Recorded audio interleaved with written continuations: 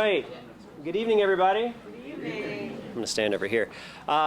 First off, I don't want you to get thrown off by the microphone. It's not actually amplifying anything within the room. This conversation is being recorded for both channel 13 and 16 so that all of our neighbors who couldn't make it tonight are going to be able to watch this either on channel 13 or 16 or both. And so the microphone is there for that purpose. And when we get to a point where we'll have a little bit of a conversation and back and forth and questions or comments or feedback that you have, we'll have a mic that we're also going to use to pass around. Again, you don't need to tap it and say, is this thing on? It's not. Yeah, it is.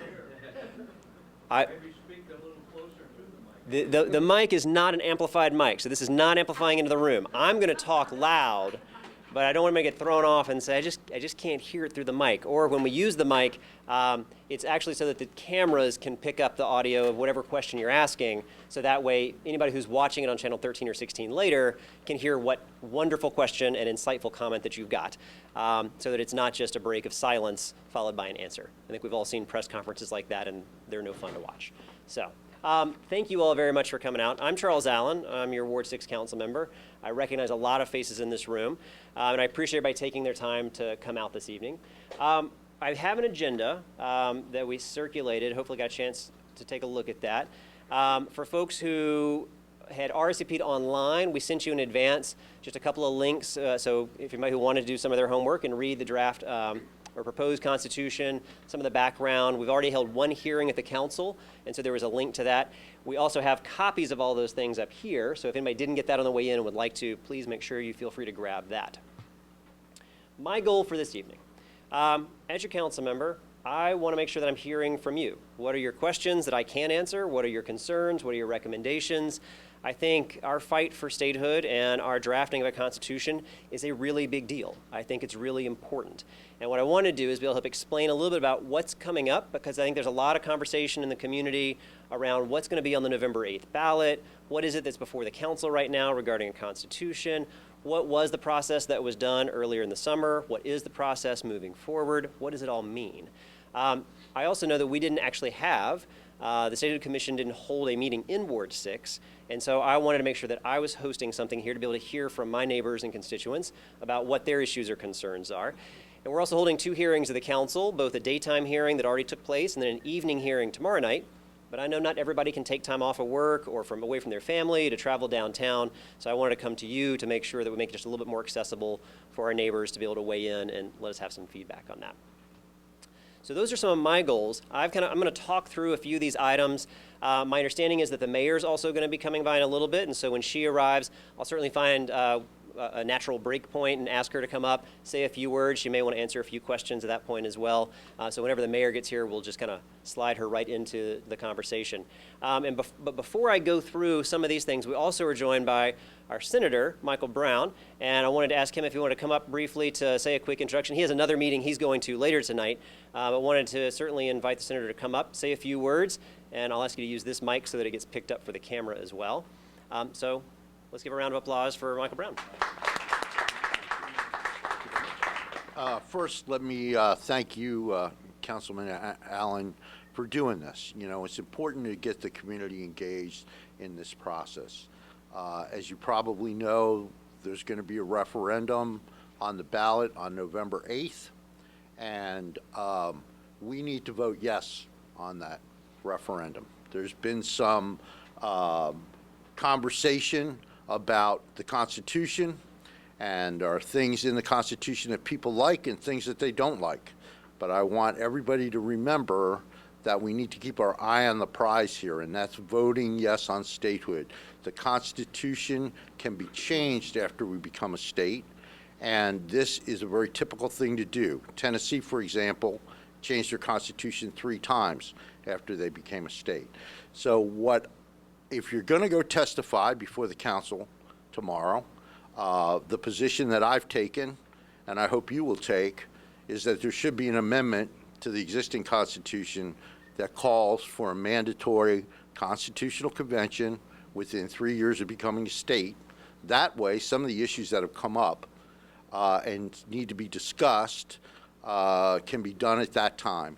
But the important thing is we've got to say yes. We've got to get an overwhelming yes vote on November 8th. And the reason for this is because, besides the obvious reason, is that we're following a thing called the Tennessee Plan. And the Tennessee Plan makes a demand of Congress. It puts us on offense. And it makes a demand of Congress for statehood.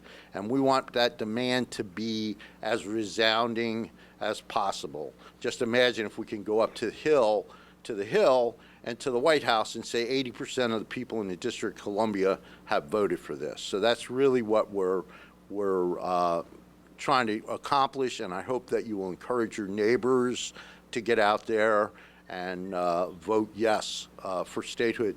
And, you know, I was a member of the commission that designed the Constitution and has followed this process through since the beginning. So if you have any questions for me, I'm happy to answer any questions.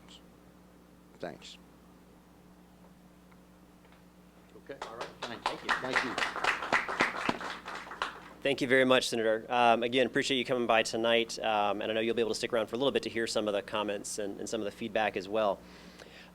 So I'll reiterate just briefly what Mr. Brown was saying. So we've talked about statehood for quite some time, right?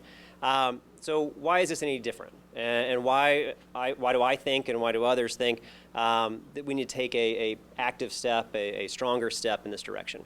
You know, I just had, my wife and I just had our second child. Little baby boy is 2 months old. I have a 4-year-old daughter. Oh, that's applause. Oh, thanks. I wasn't going for applause there, but thank you. I appreciate it.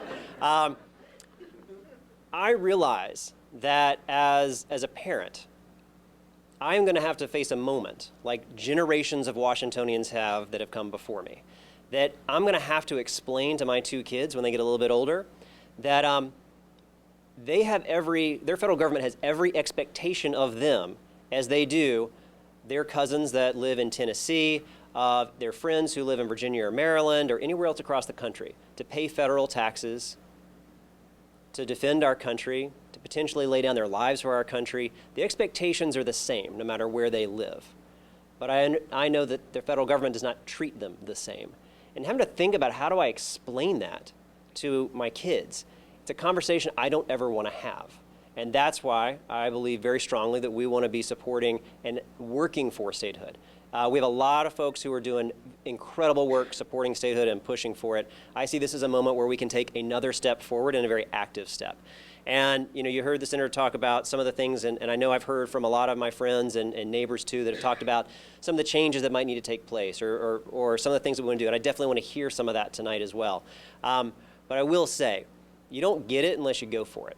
And I think the mayor has put forward a plan to take an active step to work towards statehood in a way that I think is very commendable. That doesn't mean that we're going to agree on every single little piece along the way, but you don't get it unless you go for it. And I think that's something that she has done with the help of so many other people as well. And so for that reason, I'm very strongly in support of what we're going to be doing on November 8th. And so I want to talk through a little bit of what we mean when we say there's an advisory referendum for November 8th. And then I also want to spend a little bit of time talking through what the Constitution is and some of the issues that we've heard that have been highlighted. And then at that point, I want to be able to turn it over to you guys, and I want to hear what questions you've got, what concerns you've got, what recommendations you have as we're going to continue to take action here at the council. So first up, November 8th, you are going to have on the ballot an advisory referendum. It does a couple of things. You heard the senator talk about the Tennessee Plan. That is part of this strategy of how do we take our next step and our next fight for DC statehood. So the Tennessee Plan, the first step is you gotta demand statehood. And that's part of what the advisory referendum is all about, is to have the citizens say, we want to petition for statehood. That is the first piece of that. What would happen then is we then would pass a constitution, which then be sent to both Congress and to the president. Now, at that point, we now have something to advocate for. Right now, we'd say we want statehood, we want statehood. This, if it passes, and I hope it does with big numbers, gives us something to really say, we want statehood, and we have now petitioned you for it. And I think that's a really important step. Now, the request can be granted by the Congress through an act of Congress, rather than using what other states have seen, where you go through the admission of 3/4 of the states of a ratification. The referendum, the advisory referendum on November 8th is going to ask a couple of questions, and I'm going to run through them really fast just so people know, but you're basically being asked yes or no on this. So it's not like you get to go in and edit or say yes to this or no to this. It's a yes or no question that's going to be on the ballot. So do you agree that the district should be admitted to the Union as the state of New Columbia? Do you approve of a constitution of the state of New Columbia to be adopted by the council, your state legislature? Do you approve the state of New Columbia's boundaries? And do you agree that the state of New Columbia shall guarantee an elected representative form of government? Those are basically what you're being asked, yes or no. And I strongly encourage folks to vote yes. It was interesting when we had our first hearing on the draft constitution. A lot of folks came in and had a lot of really great recommendations and suggestions that the council should be considering. But almost to a person, they also said, listen, I'm voting yes on November 8th. I want to be able to help support this, but I would like to see this change, this change, this change. And it kind of struck me that we have a lot of folks who are in the state right now of a passive yes. And I think the work that the council is trying to think through is in what ways do we consider the draft or proposed constitution in a way that maybe helps other people get to an active yes. And so that was part of the conversation that we had there. Now, the Constitution itself. Everybody should have a copy of that if you'd like that. Again, we have copies that are up here. It's posted online. And again, from a process standpoint, the council's holding 2 hearings, one that we held last week, and then one that we're holding tomorrow evening that starts, I think, at 5:30? 6:30 in the evening. So it's intended to be an evening hearing so that folks who can't get there during the day could come in. The idea is that we want to hear from public witnesses and hear from the community about what they like, what they don't like. And we certainly heard a fair amount of that at the first hearing. I wanted to talk a little bit about some of the high points or the main points that I heard from that first hearing. And again, happy to go through any of those things with you here this evening. But my hunch is that we'll probably hear some of the same themes repeated again tomorrow night. The first had to do with some concerns around the process of the Statehood Commission. There were a lot of witnesses that talked about what they would have rather have seen, critical of the process, felt like it didn't have the same process that had been followed previously where there were elected representatives to a state constitutional convention. So there was a lot of good conversation about that.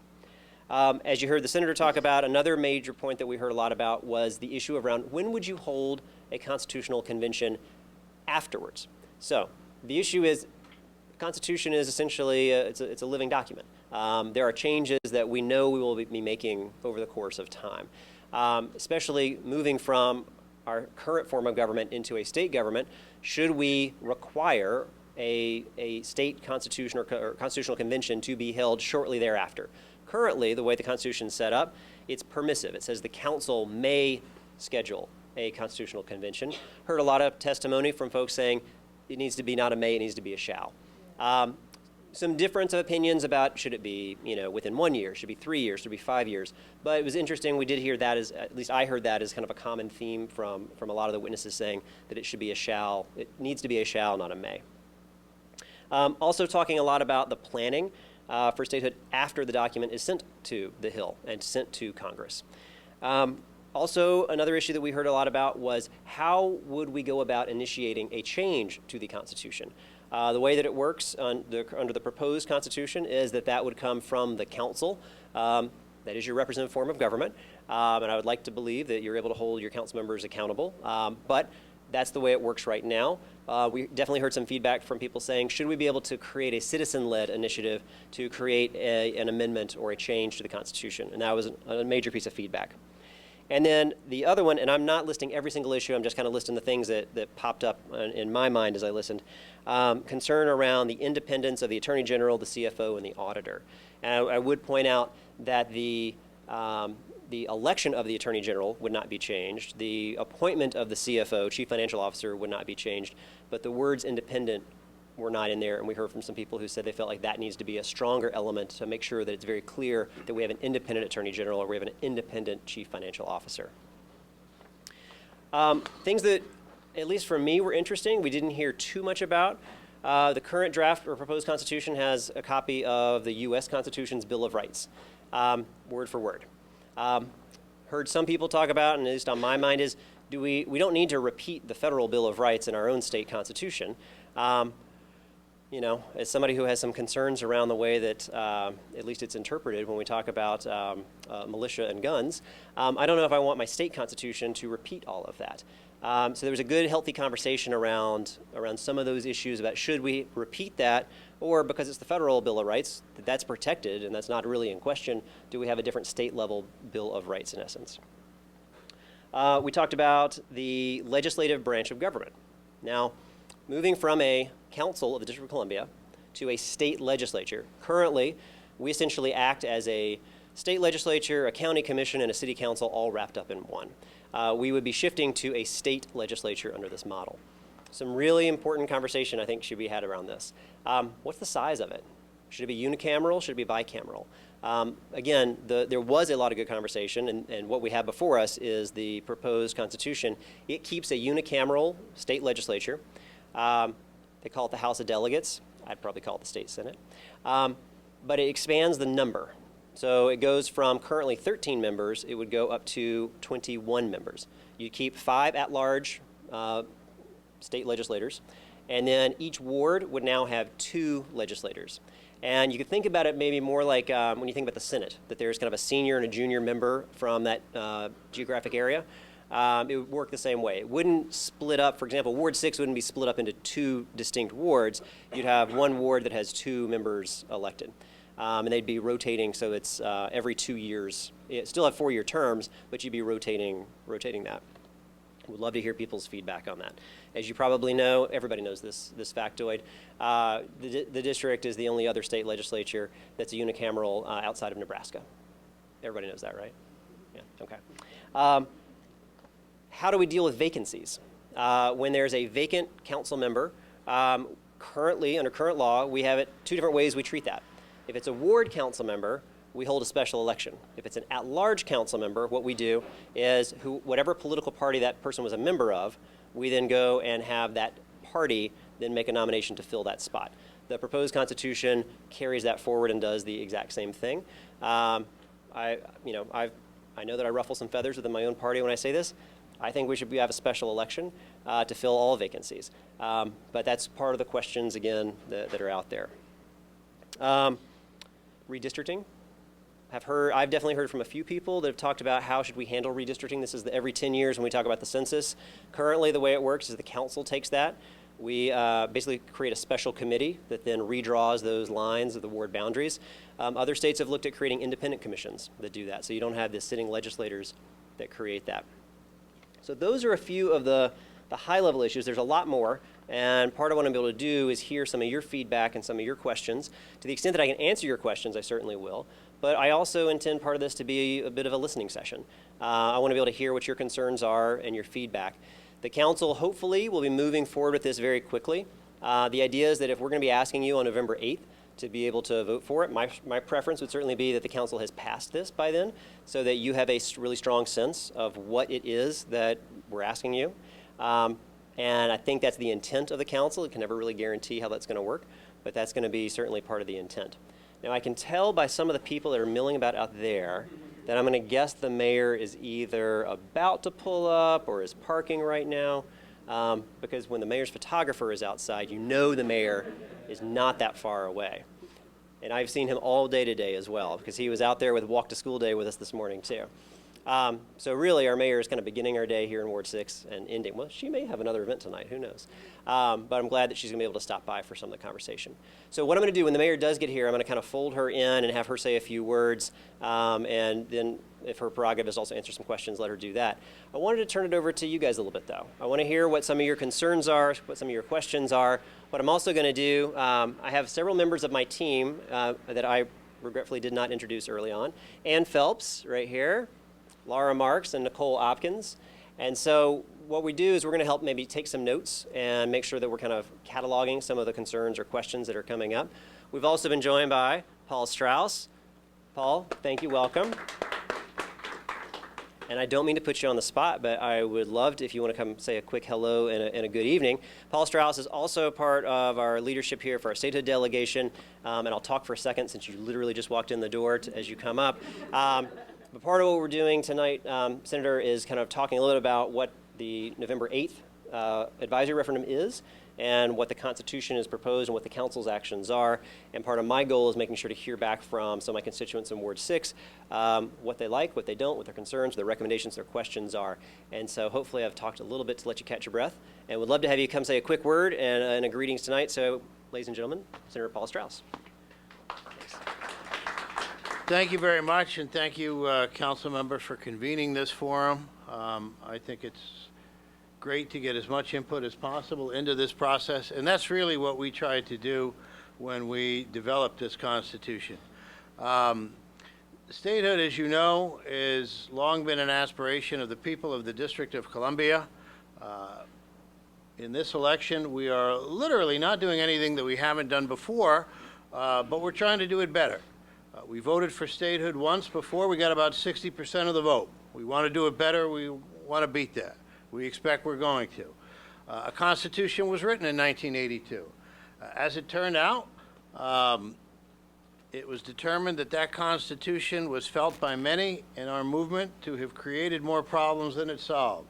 So in 1987, the Council of the District of Columbia amended that Constitution, and they did so without necessarily convening the kind of widespread process that we have here today. A lot of people felt that that was problematic. But every time we've been going up and having a statehood bill, in fact, we've got one now, let's just say circumstances upon circumstances were to suddenly magically happen for us, and we were to become a state. That's the Constitution that we have at this moment. The Constitution that 13 elected council members in 1987 voted to substitute for the council that was ratified by the voters in '82. First question, is that legal? And the answer is yes. The 1982 Constitution delegated in perpetuity until we became a state to the council the right to amend it by a majority of the council. So in 1987, they got to do that. Why do we think we need a new Constitution? Well, a lot's changed. A lot has changed since then. And we think we've written a new modern Constitution. It's going to be the first gender pronoun neutral Constitution in the history of the United States. It wasn't the kind of thing they were thinking about in 1982 or even 1987. And we were able to get a lot more public input. You know, the Founding Fathers wrote their Constitution with quill pens. And in '82, they used typewriters. '87, I think we had the beginning of the word processors. We had a process that enabled people to be in community meetings. They were able to participate virtually online and in the internet. And let me just be clear. Having a Constitution in place is an absolute requirement for your Admission Act. If you look at the Admission Act of every state, it examines the Constitution of that proposed state and makes as a factual finding that the Constitution is not offensive to the idea of a Republican form of government. Now remember, I mean small r Republican, but a representative democracy. So yes, Petworth can in fact have a prince, as I think it does, but that is not in fact any system for a monarchical form of government here in the District of Columbia. That being said, no document is ever going to be perfect, but I think we did a pretty good job. The mayor convened working groups around the city. I went to a bunch. The Constitution has been out. People have been reading it. We've gotten a lot of comments. And let me just say, I know that I and my colleagues in the statehood delegation took that process very seriously. You know, we don't get to vote on a lot of stuff very often. So when we do, there was a lot of reading, a lot of note, a lot of crib taking. And so we really did what we could to try and make that conscientious. And I think, frankly, we have a good structure. So I understand that there are folks that don't like the idea that the way we wrote our Constitution looks different from other states, but you know what? We're going to look different from other states. You know, we're not going to have a Georgetown County that's probably going to have its own sheriff or things like that. So we've come up with something that meets the needs of the people here and now. We've had a lot of bites at the apple, and frankly, there's going to be one more. And so I commend Councilmember Allen for taking this extra step. Make whatever changes you feel you have to, but I have to say in all seriousness, I hope you don't feel you have to make that many. This is the skeletal structure. It is not a party platform. There are a lot of things ideologically that I, as a resident of the District of Columbia, would love to see us espouse value-wise, but our Constitution is not the place. So when in 1982 they voted to give every resident of DC a constitutional right to a job, I could get behind that in my heart. But as a legal scholar and an attorney, I don't know that that's the kind of thing and frankly, I'm a guy who makes his living by stuff that encourages lots of lawsuits. So I may be voting against my own interest here. But there are a lot of things in a Constitution that really need to be there, and then there's a lot of stuff that don't. And so we think we've struck the right balance. And I think there is a risk that if the Constitution is changed too dramatically, people might have an argument that says that the process was too rushed because the final draft will not have been before the voters long enough for them to have made a decision meaningfully when early voting comes.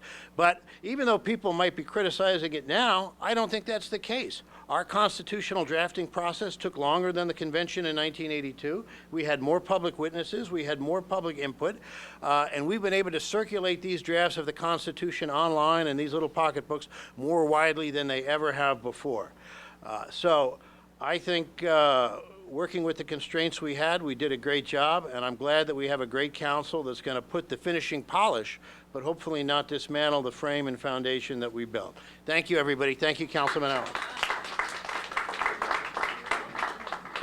Thank you, Senator Strauss. And again, both to Senator Brown, to our friend Paul Strauss, and also to everybody else on the Statehood Commission, did a lot of work, as you can tell, on this.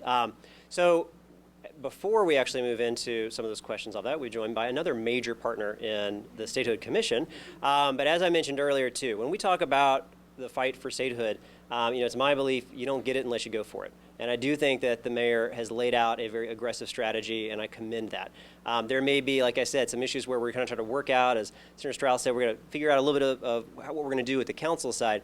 But we wouldn't be having that conversation but for the big push that was made by our mayor to really put this on the agenda, to really make sure that we brought this back out to the district, and I think inject a little bit of energy into this fight for statehood that I think, by and large, we all agree is where we want to go. The question is how we're going to get there. So, Mayor Bowser, you started your morning with us, also at Walk to School Day at Lincoln Park, and I don't know if this is your last event or not, but we appreciate you being here this evening. So thank you very much, ladies and gentlemen, our Mayor, Mayor Bowser. Thank you.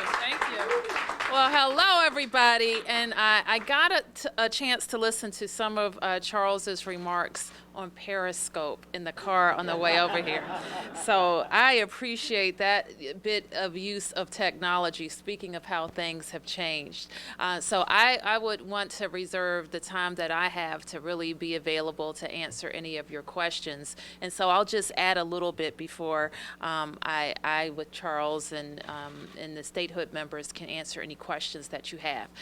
And I think when I ran for mayor, I told everybody, people ask me, you may be surprised that people ask me, what are you going to do about statehood? What are you going to do about statehood? And my commitment then was that we're not going to do things the same way because we haven't been successful doing things the same way.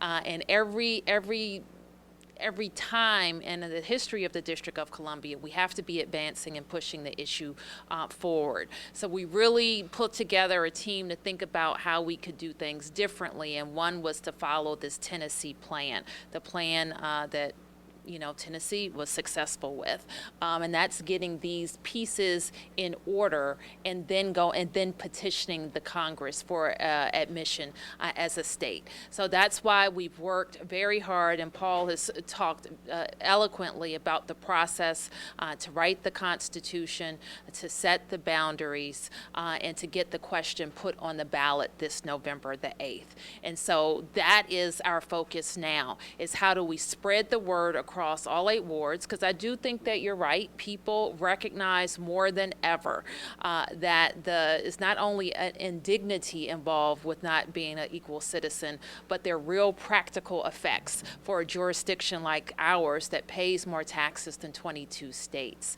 The things that the Congress has control of and can interfere with affect the practical way that we can run our government, and that the laws that the legislature passes are enforced in our city. And so that's really what this is about. As a person whose family has been here for 4 generations, and I've lived here almost my entire life, my experience as mayor has put a fine point on the problem.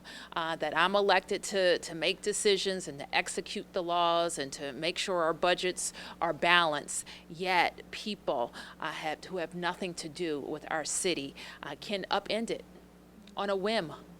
can upend it on a whim. And so that's why we have to advance the question of statehood on the ballot on November the 8th and tell everybody so that we can have an overwhelming vote. So that's what we're here today for. So I'm happy to answer any questions with you, Charles. Thank you very much, Ms. Mayor. And she's watching on Periscope, so she's always watching, always watching. Watch out. All right, so how about this? I talked earlier that we've got the microphone. Again, it's not an amplified mic for the room. It's to make sure that your question or your comment or your recommendation is picked up on the mic for all of our folks that are going to be watching Channel 13 or Channel 16. I'm going to have Nicole from my staff, who's going to have the microphone. I'm going to ask Ann Phelps from my team. She's going to just help take some notes. So if we hear kind of some major themes that are coming up, some questions, we'll make sure we kind of put that up on our wonderful whiteboard here. And why don't I turn it over to you guys? If you got a question for me, please let me know. I know the mayor has a very busy agenda, so I don't know how long she'll be able to stay with us. But if you got a question for the mayor, she's graciously said she'll help answer a couple of questions as well. So let me turn it over to you guys. Hi, so thanks for holding this. So I'm trying to think of how to ask this delicately. This is kind of a general question, and I first want to say that I'm excited about this process. I'm going to vote yes. Like, I appreciate the work that everyone has done on this, but I sort of need to be assuaged a little bit. I think the fact that it's been on a pretty quick timeline in order to get it on the November ballot, I'm sort of concerned that we're doing this quick sort of strategic and symbolic measure, and then we're going to end up locked into a constitution that we didn't have enough time to work through in a less sort of compressed time frame. So sort of sell me on why I shouldn't. And of course it can be amended, but you know, a misplaced comma in the Second Amendment, you know, in the 1770s means that we lose 30,000 people a year to gun deaths. So, you know, it's hard to change things, and minor things make a big impact. So well, I can take a quick crack at it, and then Mayor Bowser. Well, there's a couple different things. I would draw the distinction between corrections and changes as well. There are always going to be things where we have to make sure we go back and correct something, a missing comma, things like that. And we will have a process by which we do that. The issues around changes, you know, I believe that a constitution is a foundational document, but it's also going to have a little bit of life to it. You know, I mentioned earlier, part of what we heard testimony about at the first hearing was the issue around how would you have a future constitutional convention to go back and revisit some things, right? Is that something that the state legislature calls? Is that something that's required? I heard a lot of testimony, both that said you should do it, you know, every 10 years. You should do it within the first year. You should do it in the 5 years. That's part of what we're wrestling with. But I'm not concerned that we won't have an ability when we find something that needs to be changed, that we'll have a mechanism by which we do that. I think part of more of the conversation I've heard is actually more about the process by which changes would take place. But I don't think anybody's saying that there'd be no mechanism by which changes could be made. That's at least my take. And I'll let the mayor speak. Sure, and I would agree with everything that Charles just said, and also what we heard from Senator Strauss a little bit earlier about the process. Because the fact is, out of the discussion we had, there were not a lot of points of disagreement. In fact, you could probably put them in 3 buckets. And we have confronted those buckets. The Statehood Commission did, and the council will as well. But the fact of the matter is, out of all of the hearings that we had across the city, the convention that we held, and all the 400 plus, I think, comments that came in, largely people were saying, you know, had the same questions. And I think that we will be able to take them on head on. Thank you. Yes, sir. How you doing?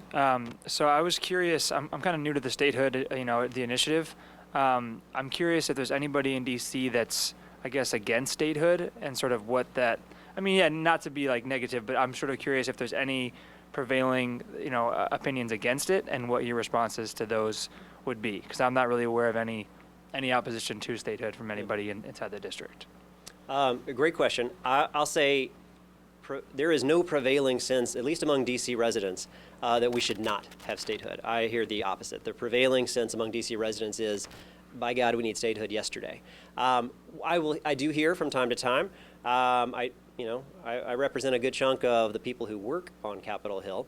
So I certainly have folks who just take a fundamentally different view about our rights. And they live in our community, they're our neighbors, and we just have a very strong disagreement about that. I'd call that a pretty small minority, though.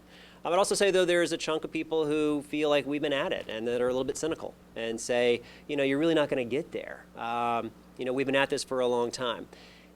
That, to me, is that kind of inertia is a little bit also of what we are fighting. And as I mentioned, we can kind of keep doing the same thing that we're doing, or we try to take a very big and different step. And that's how I view what we're in right now, is that we are trying to take a very big step to say, we demand statehood. We need statehood. We want statehood now. I want it yesterday. And we're laying out another cause, another route by which to do it. But that's why, to me, the vote on November 8th is so important, because we need DC residents to very strongly and affirmatively say, yes, we want statehood. And I think that we'll get there. I just want to make sure it's a strong, strong vote. And Ms. Mayor, I don't know if you wanted to add anything to that? I think that I would agree. Yes, sir. So my wife and I were both involved in different committees on the Statehood Initiative. I spoke at one of the early sessions with comments on the Constitution. And I am a little disappointed that the one comment, and I don't want to say it's all about me, but my big comment was the process for amending the Constitution is different than for initiatives or referendums. Initiative referendums can be initiated by the citizenry. Amendments can only be initiated by the delegates. I submitted that comment online. I spoke out about it in public. I assume you guys evaluated it, discussed it, and decided it was better to leave it with the delegates. Is there something you can share with me as far as why it was judged to be better to be left with the delegates as opposing to allow the citizenry to initiate a change in the Constitution that would have to be voted on, only because this thing is going very fast. We've got to trust that we're going to have a Constitutional Convention in the future. But if the citizenry can initiate a change in the Constitution, it does go a long way to give people the comfort that they have more say in the future as opposed to trusting a convention will happen in the future. Right. Well, as I was not a member of that commission, so I can't speak to the process, and perhaps I can ask somebody who was on that commission if they'd like to field that. I will say that was an issue that we heard come up at the hearing last week. I imagine we'll also hear that again tomorrow night in some of the testimony that we hear from residents, and that's something that, at least on the council side, it was a question mark. And so I've definitely heard from some of my colleagues that were talking about that and trying to weigh that and say what would be the right way to take. I think the commission put forth what they believe to be the right track. I know that they absolutely debated that, and I don't know if anybody from the Statehood Commission would like to field that. I see Senator Strauss coming towards the microphone, so I'll let him speak. All right, so I get to be the unpopular guy who talks about why letting you decide things might actually be, why we thought that might not be the best idea. Constitutions, particularly our living one here, often protect unpopular ideals from popular will. For example, one of the principles that we have now under our home rule charter is when we pass marriage equality, sure, now it's the law of the land, now it seems settled, but when we passed that, there were folks that wanted an initiative and a referendum process so that we could have a vote. I don't know how that election would have gone. I don't know that it was necessarily the right issue to put to voters, but we had a legal structure in place that protected the rights, the human rights of people, sometimes unpopular minorities, from broader majorities that may choose to discriminate against them. In a constitutional amendment process, those checks and balances are one of the important things that we struggled with. So I know what the popular thing would have been. For a guy that doesn't have a voting record, I had to vote against a whole bunch of stuff that people liked. I had to vote against the constitutional right to education and things like that. I like the initiative or referendum process. I think it's important. We tried to liberalize it as much as we can. But I remember voting for something that we thought was a great idea back in the early 80s. That was the right to shelter. Turned out to be a great initiative. I voted for it from the purest motives of my heart. And again, I wasn't even a trial lawyer at the time, but it turned out wasn't a great idea. So there are a variety of things that are appropriate for an electoral process and ones that aren't. One of the things we tried to do is make sure that we had a legislature that's going to be accountable to the people. If we were installing a House of Delegates that had life tenure or we felt was inappropriately insulated from public pressure or the electoral opinion, I would have been more reluctant and much more in favor of having a more freely amendable constitution. But I don't think we're going to be electing tyrants. I think we're going to be electing folks who are going to be accountable to us, who can be recalled by us. One of the issues we struggled for and we knew would also be unpopular was, do we add to the number of elected officials? Because we knew that there would be those on the right, particularly, that would be attacking us for increasing the number of paid politicians in this town. But we're going to have or at least in the draft that's there now, there's going to be more elected officials. I think that there's going to be more or greater accountability. And what we won't have is a structure right now where 535 elected people who we don't have any accountability, they're going to be gone. And you know what? We heard a lot of expert testimony, and we were guided by things. And there are folks there were folks who talked to us about bond ratings and how Wall Street looks at your stability of government and how these things affect capital and investment. So I appreciate your question, and I appreciate you, Mayor, for allowing me to answer that on behalf of the commission. Thank you. Thank you, Senator. Sure. I'd just like to say, I agree with Senator Strauss, but we heard a lot of this as we went through this process, and that's one of the reasons why we're pushing, or my office at least, is pushing for a mandatory constitutional convention with delegates within a specified time period so we can address some of these issues. Thanks. All right, thank you. And I see that we got all the hands coming up, so Nicole's just going to keep working her way through the room. All right, Dara Levine, resident of Ward 6. One comment, quick comment and one question. One of the things I was very pleased to see in the Constitution is specifically the power of the governor to be the commander-in-chief of the DC National Guard. That takes a huge step forward in terms of emergency management and being able to have our own National Guard being able to assist our residents in the District of Columbia during times of difficulty. Now, we have to request that, if I'm correct, both from the military and from the President of the United States in order to activate our own National Guard. So that is definitely a plus.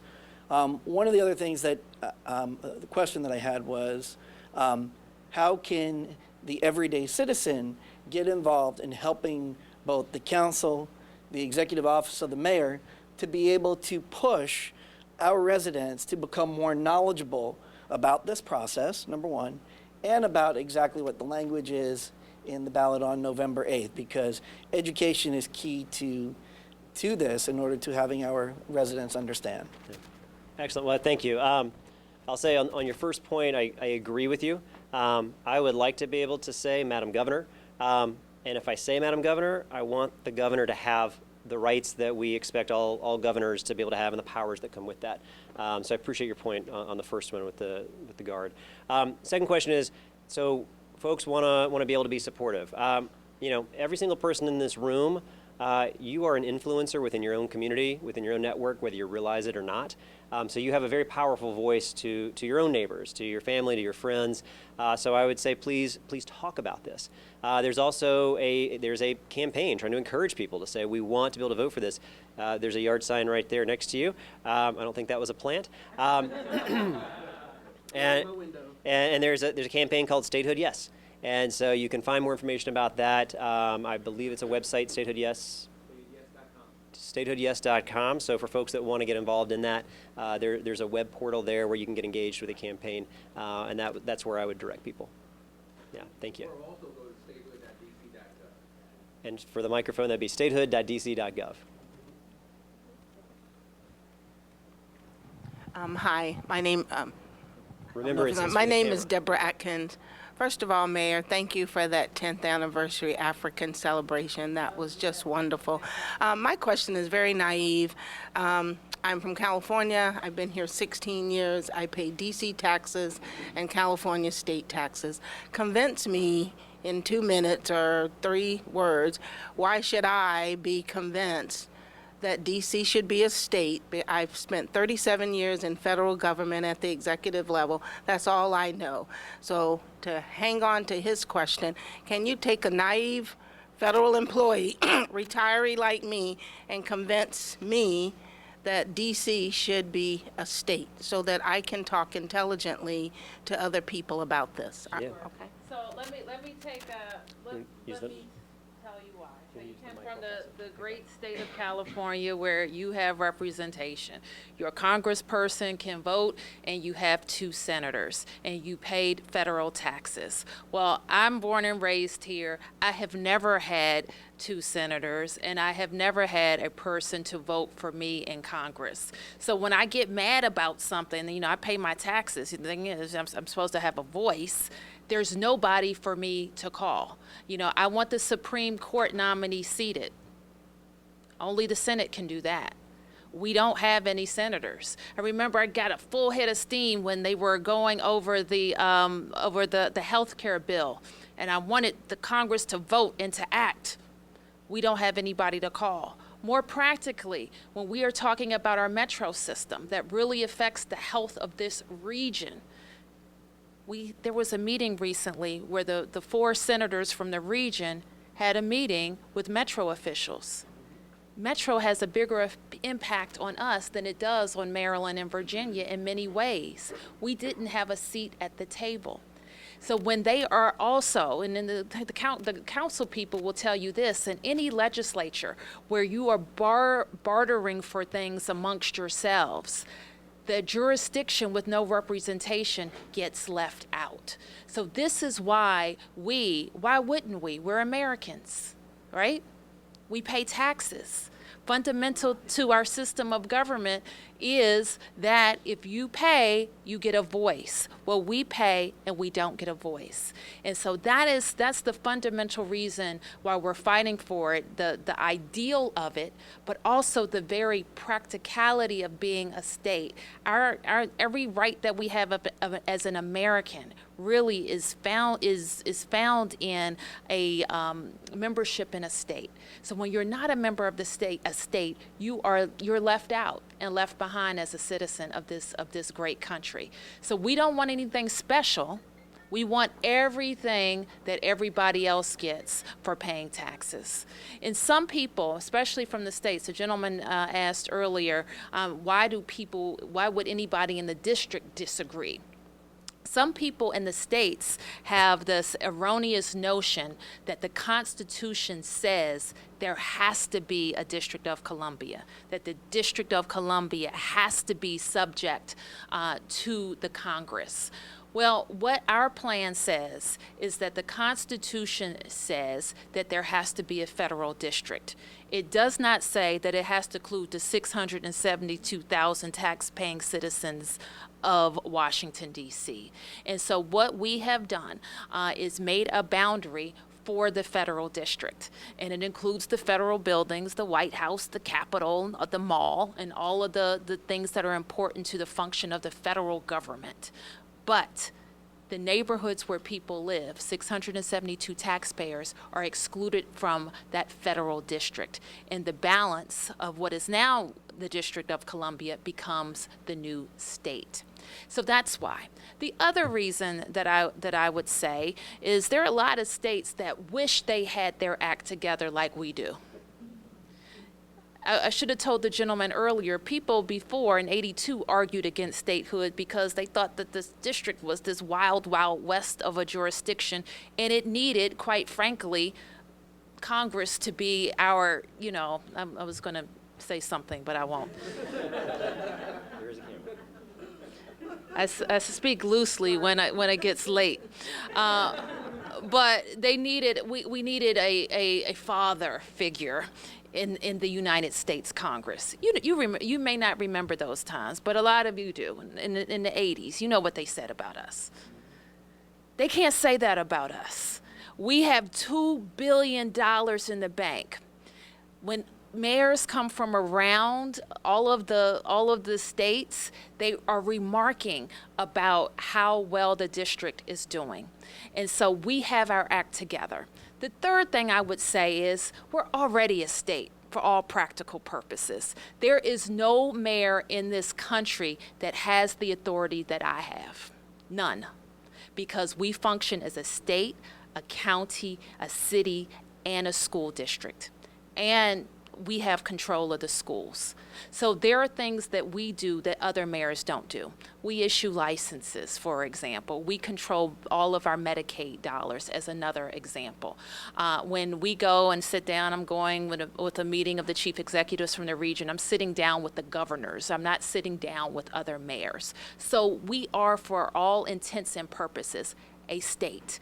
What we lack is the ability to control our destiny, because the Congress can upend the laws. You take your time to elect Charles Allen, right? So you trust his judgment in making laws for the District of Columbia, yet his will and yours is upended by the Congress. So that's why I say that we have to become a state. The other reason, well, I said that was the last one, but the final one is, let's ask them why we shouldn't be a state. And the only reason that they can come up with is it's too many Democrats. They don't want us to be a state because there's too many Democrats. Is that a reason to violate the principles of our country? Say again? We lost our vote, for Eleanor. Absolutely. She was able to vote in committee under in some Congresses, and now nothing. So that's the only reason. So you should support statehood for the district, because we shouldn't allow partisan politics to disgrace the founding principles of our nation. I do. Thank you. Very quickly. I have a house in California. I go for 16 years. I go to California every 3 weeks. I have to tell you. That's another story. But anyway, I have to tell you, you're very well respected outside of D.C.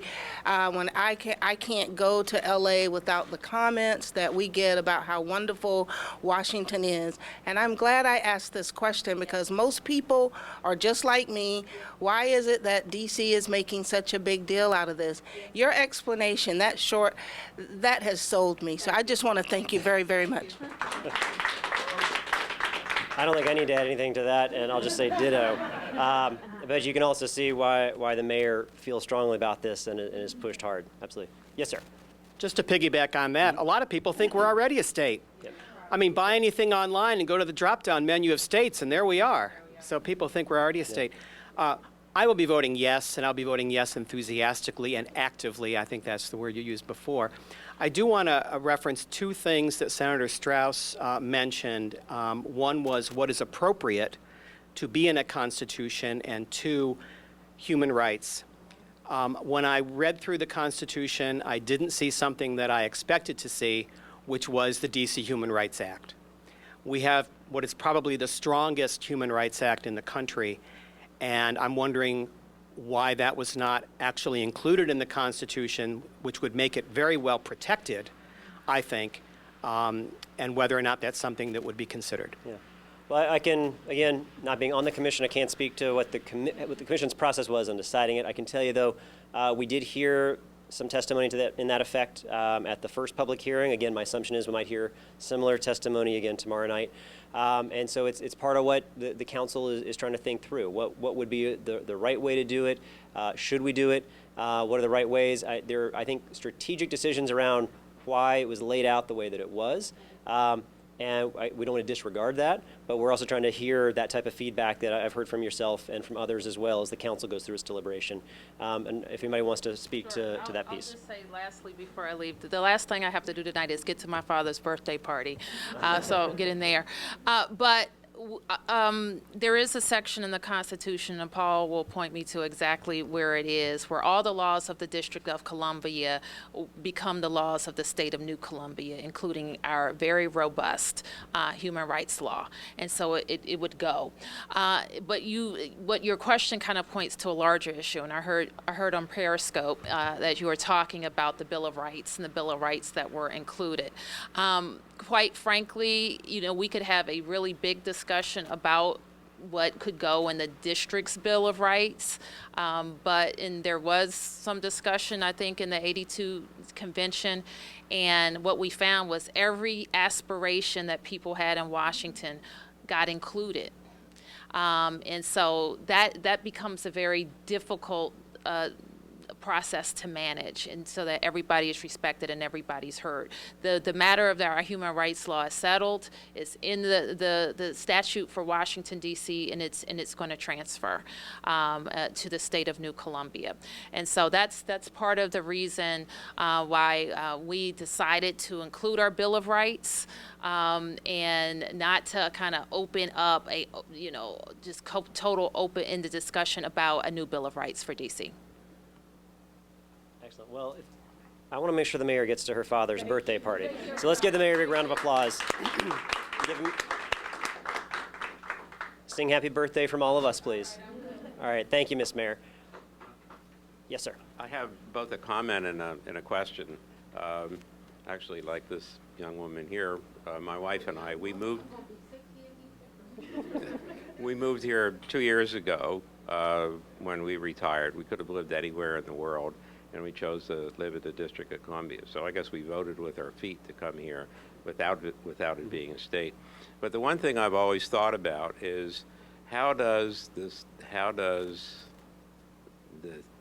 new state in its resolution, how does it navigate the Republicans in the other states to find their way to adopt this resolution, I guess by 2/3 majority of all the states?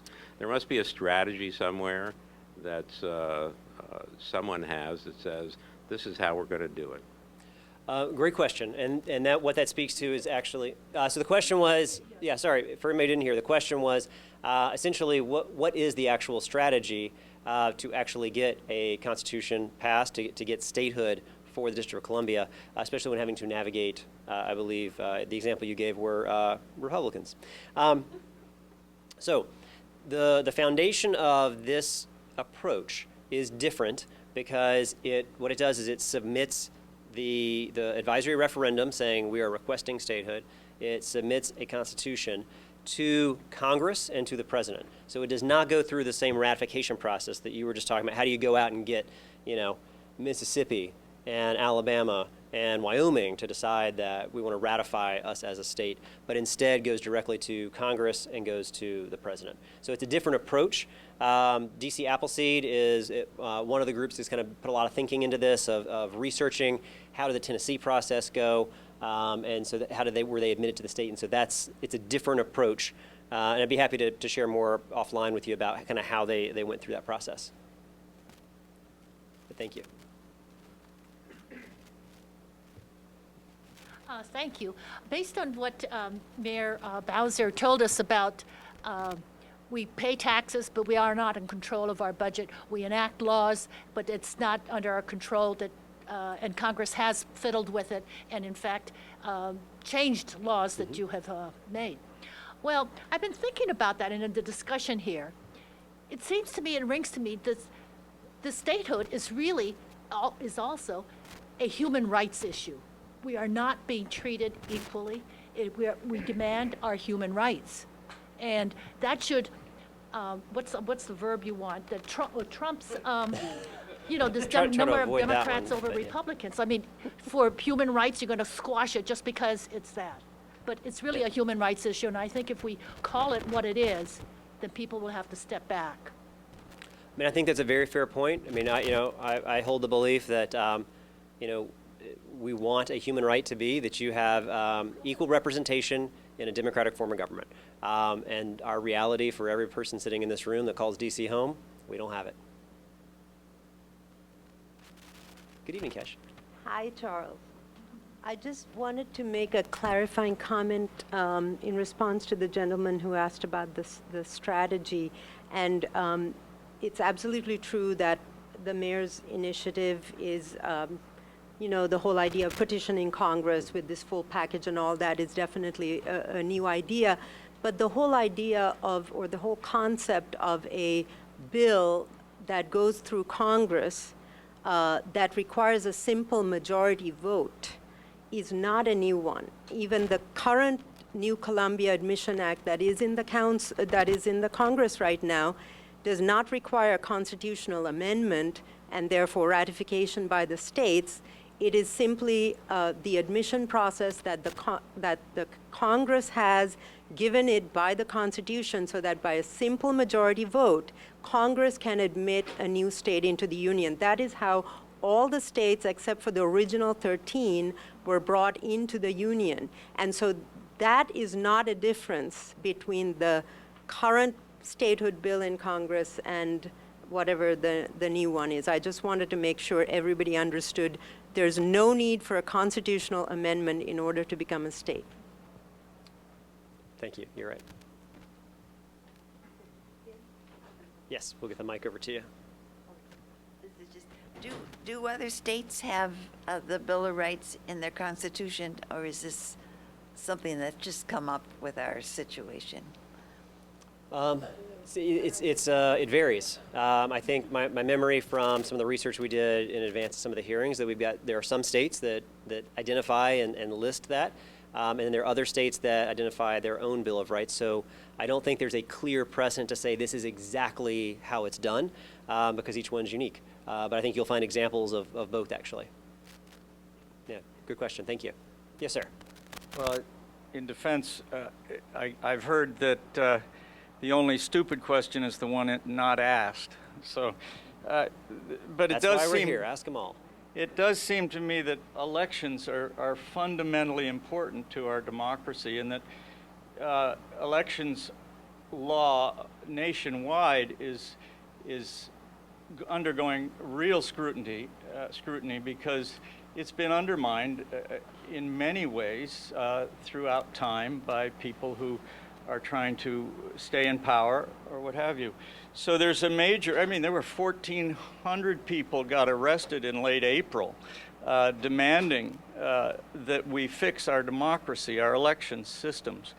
And now they're organizing people to go in their states, because all the states have the right to enact their own election laws, how they're run. So they're organizing activists in all 50 states to march on their own capitals and make demands with regards to election reform. So I don't know what's appropriate necessarily to go into a new constitution, but it seems as though certain things like proportional representation might be something that was important enough to be considered, or instant runoff voting procedures, or publicly financed campaigns.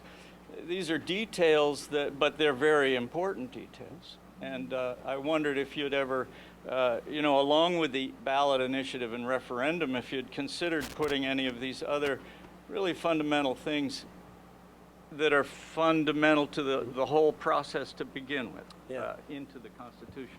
I think it's a great question. So part of what we're wrestling with is where do you draw the line of what are the things that are in a Constitution and what are the things that you have a state legislature pass? And I think some of the items you talked about, for example, instant runoff voting, public campaign financing, tend to lend themselves to be more of things that are enacted by the law, not necessarily enshrined within a constitution. Now, as somebody who supports publicly funded campaign finance, as somebody who's advancing automatic voter registration through the council, which, by the way, we hopefully are voting for next week, which will be a really great thing for DC. I view those, at least right now, I view that as those are the laws that we pass, not necessarily enshrined within the Constitution. But that's also why I come out to be able to hear back from other people who maybe have a different opinion or want to make those recommendations. I will say, for anybody who is not able to get to the hearing tomorrow evening as well, the record does stay open. And what I mean by that is if you want to send it in an email, you want to send a letter, any ideas or recommendations that you've got, I think the record's staying open till, how long do you know, Ann? It closes at 5 p.m. on Thursday, October 20th. Till, yeah, so we still have a couple more weeks, so if you've got, you know, recommendations and ideas, we want that to come in, and we'll welcome that. Jean? Hi, I've been a registered voter in DC for about 15 years, and I have never really understood why we vote for, no offense, but shadow senators, and I believe there's also a shadow representative. So can you explain the process of how we would actually get senators and who would be the representative, the shadow person or our current delegate? Sure, and if Senator Strauss wants to help out with that one too. So part of what we did, we wanted to be able to, you know, we want to view ourselves as a state, right? We act like a state in a lot of very real and meaningful ways, and part of the way that we also push for that is that we have a statehood delegation. We put on the ballot and we ask people to vote for our representatives and our senators, and sometimes call that, you know, a shadow representative, things like that. You know, same way that we call Eleanor Holmes Norton our congresswoman. Well, she's a delegate. But you know what? We believe strongly that she is our representative, and so we want to give her that respect and call her our congresswoman. So we have that because it's part of, I think, an overall and more broad statehood strategy. It is kind of the short version of how I look at that. In terms of the way that the process works, and Senator Strauss can correct me if I misstate this, but in the event that we pass this, in the event that we move forward and become a state, our current delegation essentially takes on the interim, for example, let's say we became a state tomorrow. Senator Strauss will become the interim senator until the next election cycle. Is that correct, Senator Strauss? At which point then, if he chooses to put his name on the ballot and whoever else wants to do that, they do that, and then we go through that next election. So I think the intent behind it is that should we become a state tomorrow, that we have a delegation in place and they serve in that capacity because they've already put their names on the ballot and they've been elected citywide. Is that fair? What about our current delegate? I don't, my assumption would be that Congresswoman Norton becomes our actual congresswoman. Our shadow delegate, Franklin Garcia, I don't believe would become our congressman, but Senator Strauss, do you know the answer to that? I could, let me just, you know, we've talked a lot about the Tennessee plan, and let me just give you some history. Shadow senators are not a DC concept. The first place to elect shadow senators was, in fact, Tennessee. They had failed at becoming a state. They had tried different strategies. There was a lot of opposition, particularly from what was then perceived to be the East Coast establishment. So they tried to enamor themselves to the Commonwealth of Pennsylvania by initially petitioning to become the state of Franklin. It didn't work. They tried some other things. They were frustrated. So finally one day the territorial legislature passed a state constitution, declared themselves to be the new state of Tennessee, fixed some boundaries that were in dispute, and one of the things that territorial legislature did is they elected 2 United States senators, because that's how senators were elected back then. These 2 gentlemen got on their horses, rode up to the District of Columbia, knocked on the door of the Senate, introduced themselves to the doorkeeper, a position the Senate still has today. And in the 4th Congress, we're now finishing up the 114th, 2 chairs were put on the floor where these 2 senators sat until Tennessee's admission was ultimately resolved. The pre-election of United States senators was part of what became known as the Tennessee Plan. And in the early part of our history, states had trouble joining the Union for a particular reason. There was a block of states in the South that was concerned about new free states joining. And so this so-called Tennessee Plan was followed by the states, or the territories at the time, of California, of Michigan, of Minnesota, and a few other places, as a way of pushing their petition for statehood along when southern states, in particular slave states, were blocking the admission of new states to the Union. Fast forward, if you were, toward 1956, where the territory of Alaska faced that same dilemma. First petitioning for statehood in 1912, Alaska in 1956 got tired. So they did exactly what we're doing. Voted to become a state, passed a state constitution, and elected 2 United States senators and a shadow member of the House to join their delegate.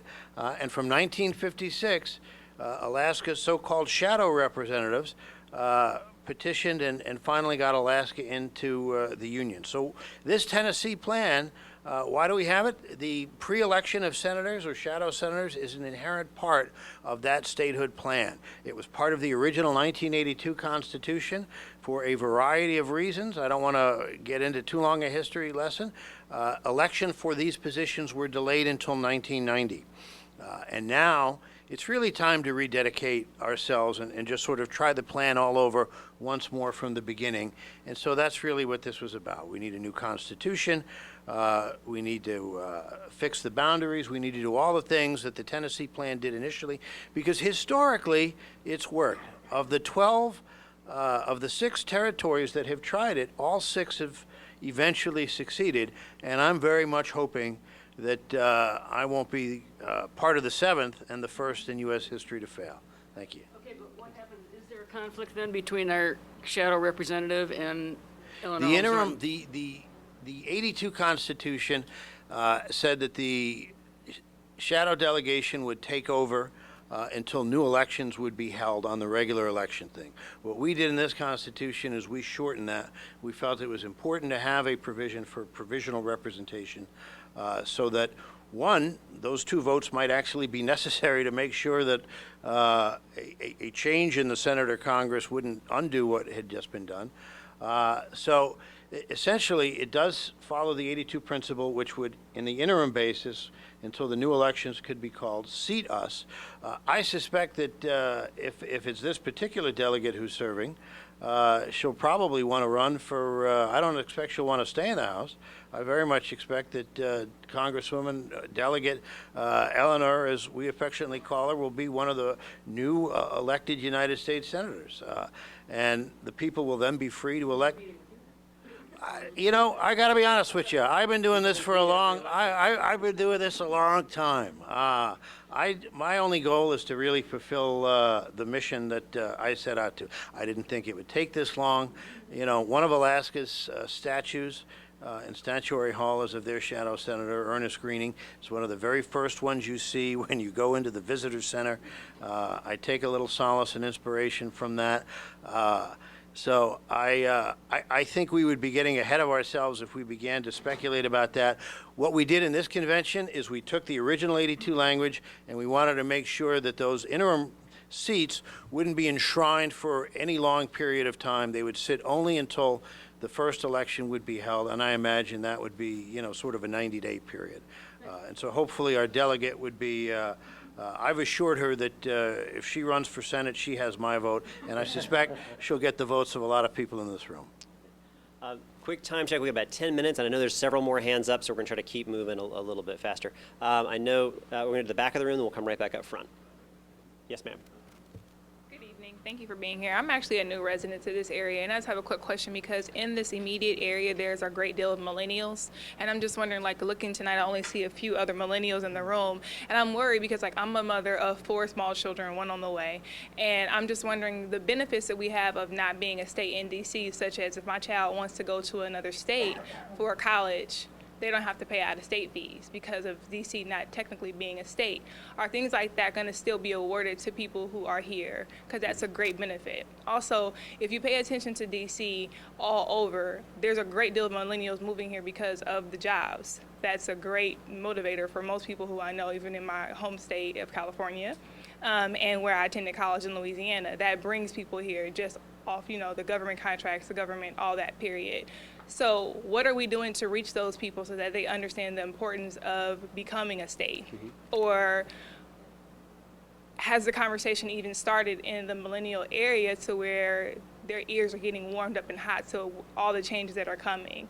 Because I would really hate for something this great for us to miss, or for us to be able to really either push along, such as like the Obama election, millennials came out and voted very well for that election, or for something like this where there may not be a lot of millennials in one ward or another. So I know Eleanor Roosevelt is very active with millennials, but also what else are we doing? Because I know we're pinging a lot of different names, but I'm not sure, like, how are millennials being touched in any way, form, or fashion?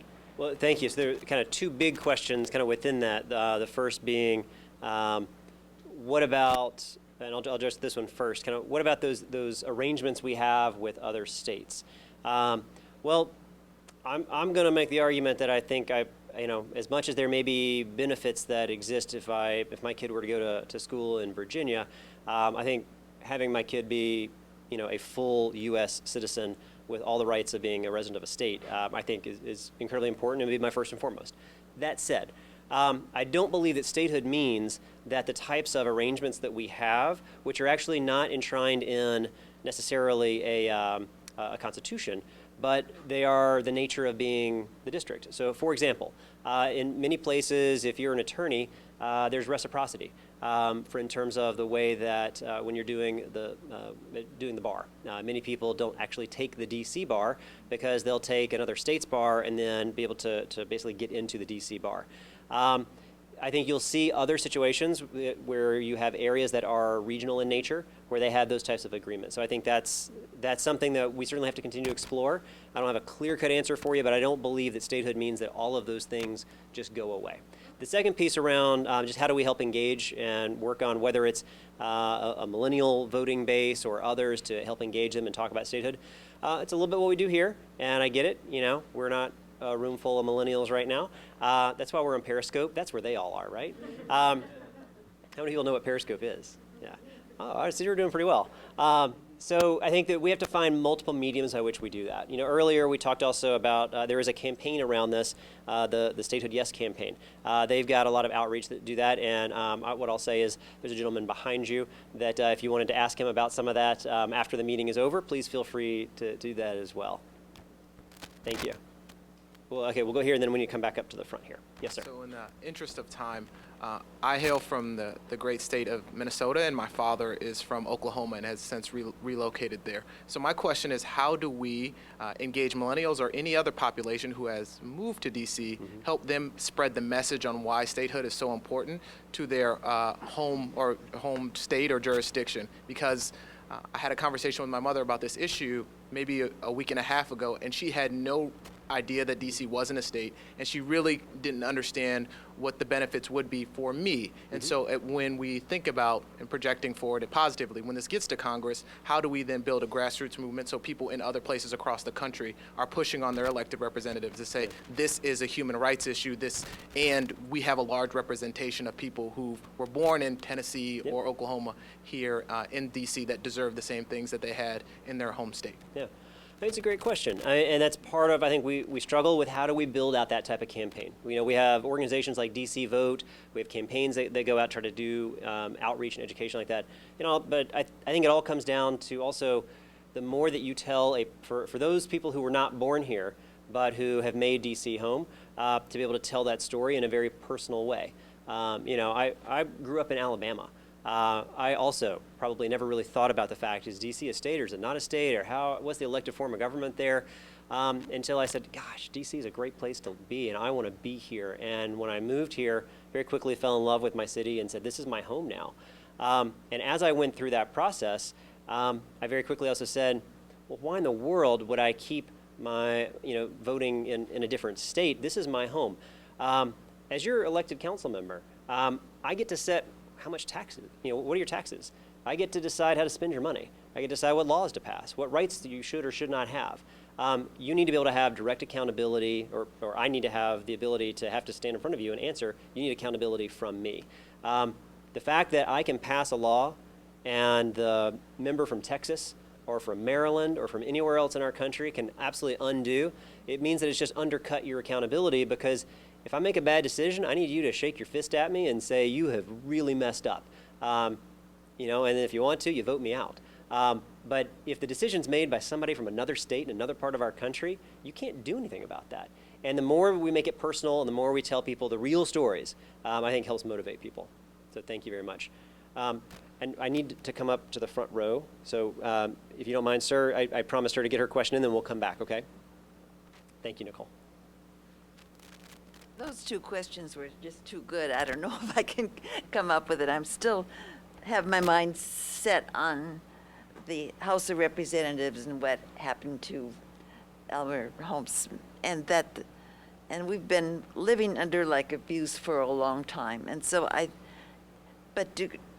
should we put in the Constitution that Congress cannot, once we're a state, Congress can't do that to the person that's in it.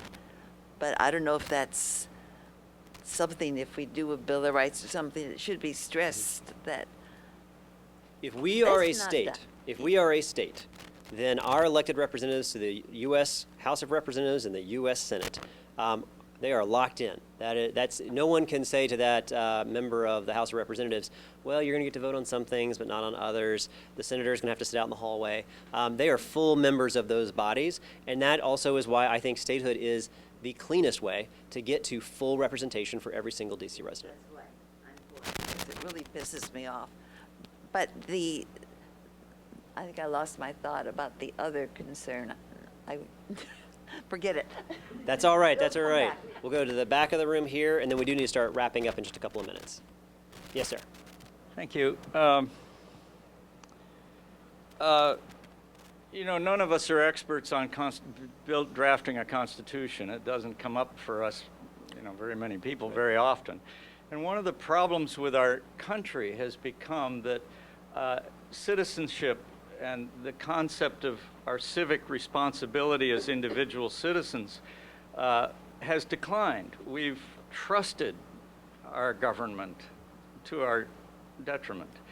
And so as we've become aware of that, I'm wondering, and here we are on the edge of this new opportunity at a time when consciousness of citizenship and civic responsibility is growing. And so it does concern me that this effort has been rushed and not enough people may have had enough time to consider the issues, because we need them to know that.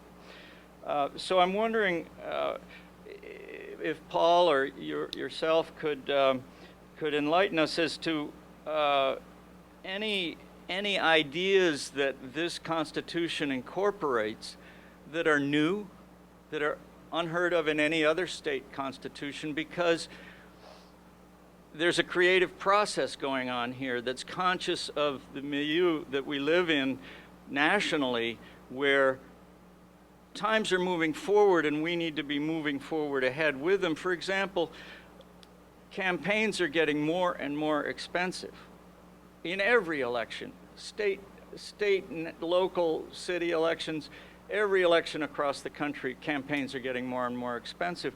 So what methods may have been, or what ideas may have been incorporated into this that included, that assure transparency in government, that perhaps serve to prevent corruption in government, and that promote civic participation in government. So those are three very important concerns. And I hope that this is a very creative document that will become a national model, because other constitutions may need to be looked at too. Well, I appreciate that. And it kind of piggybacks on the first question you had as well around, how do you help enshrine accountability, good government, and those issues.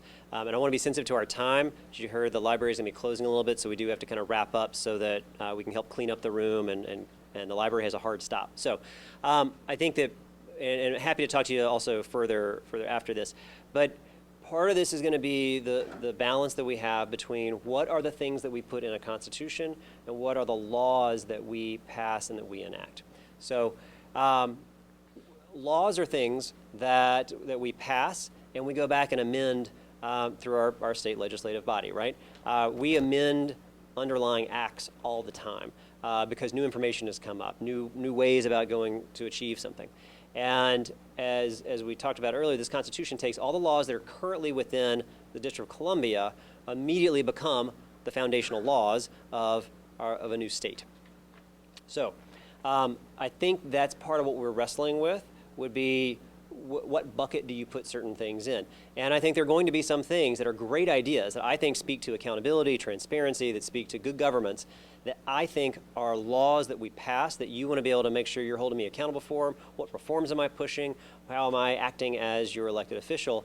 That may not necessarily be the thing that you enshrine in a constitution, because even though we've had a good conversation as well about how do we go back and make changes to a constitution down the road, I can guarantee you, no matter which methodology we pick to change a constitution, it's a harder thing to do on purpose. I mean, we want to make a constitution a little bit more difficult to go change than what a popularly elected legislative body can do. And so I think that's kind of the piece that we wrestle with. And again, I'm more than happy to talk to you more about kind of some of those very specific things around campaign finance reform, around good governance, things like that. But afterwards, I'm happy to do that. How about we let Sherry have the last question or comment, and then we do need to wrap up. No pressure, Sherry. Make it good. I don't want to be skunk at the garden party, and I am for statehood, but this process has been too rushed, and it doesn't have to be. Okay, I think there are a lot of issues, such as the amendment process, such as the lack of participation, because we have not had a real constitutional convention. Those were hearings at Wilson High. We have time though. The Democrats may win back the House, or the Senate rather, but they're not going to win back the House. The next Congress is not going to take up statehood. We have time to go back and hold a real convention with elected delegates and work through all of these issues, okay? And that's what I think we should do. We have time to hold a convention next year, okay? Because the next Congress is not going to debate statehood. So let's go back and let's do it right. All right. Well, I appreciate it, and you're not alone in that thinking. I've definitely heard from other residents who have talked about how would we, or should we, or what would be the mechanism by which we hold a constitutional convention. As I mentioned earlier, I've heard people say we need to do it next year. I've heard people say let's do it within the next 5 years, the next 10 years. I think that's part of what the council's definitely hearing feedback. That's part of why I'm out here too, to hear your feedback about what do you recommend and what do you think, and that'll eventually, I got to vote on this, so it'll help me inform my decision making around how we do that. Without a doubt, it's not going to be, this is not easy, never has been, and it's going to be hard. We have a lot of great people who have been a part of our statehood movement for a very long time. It doesn't mean that we always agree on every single issue as well, but I do think we're all trying to pull that rope in the same direction to get us to that place where we see statehood. So with that, I want to thank everybody for your time and coming out tonight. I want to also thank the fact that we had Mayor, Senators, both Senators, thank you very much. I'd be remiss if I don't thank the fine staff at Channel 13 and 16 who have been working since 6 this morning, covering events all over the city. Hopefully you'll be able to tune in Channel 13 or 16 or one of the two for this. And again, please keep the feedback coming. I appreciate it. It helps me think through the way that we work both on what's in front of us with a Constitution, as well as the other efforts that we're going to have to undertake. The record, again, for the Constitutions before us remains open until October 20th at 5 p.m. And you can contact my office if you need any help getting in touch with that. And the last thing I'll say is, no matter which ways you have ideas of how to make the process better, the things we need to change, I strongly encourage everyone to please vote yes for statehood on November 8th. I think that's important, and we will continue to work with this, and we will continue to work on how we are going to achieve statehood for all of us. So again, thank you all very much, and have a great rest of your evening.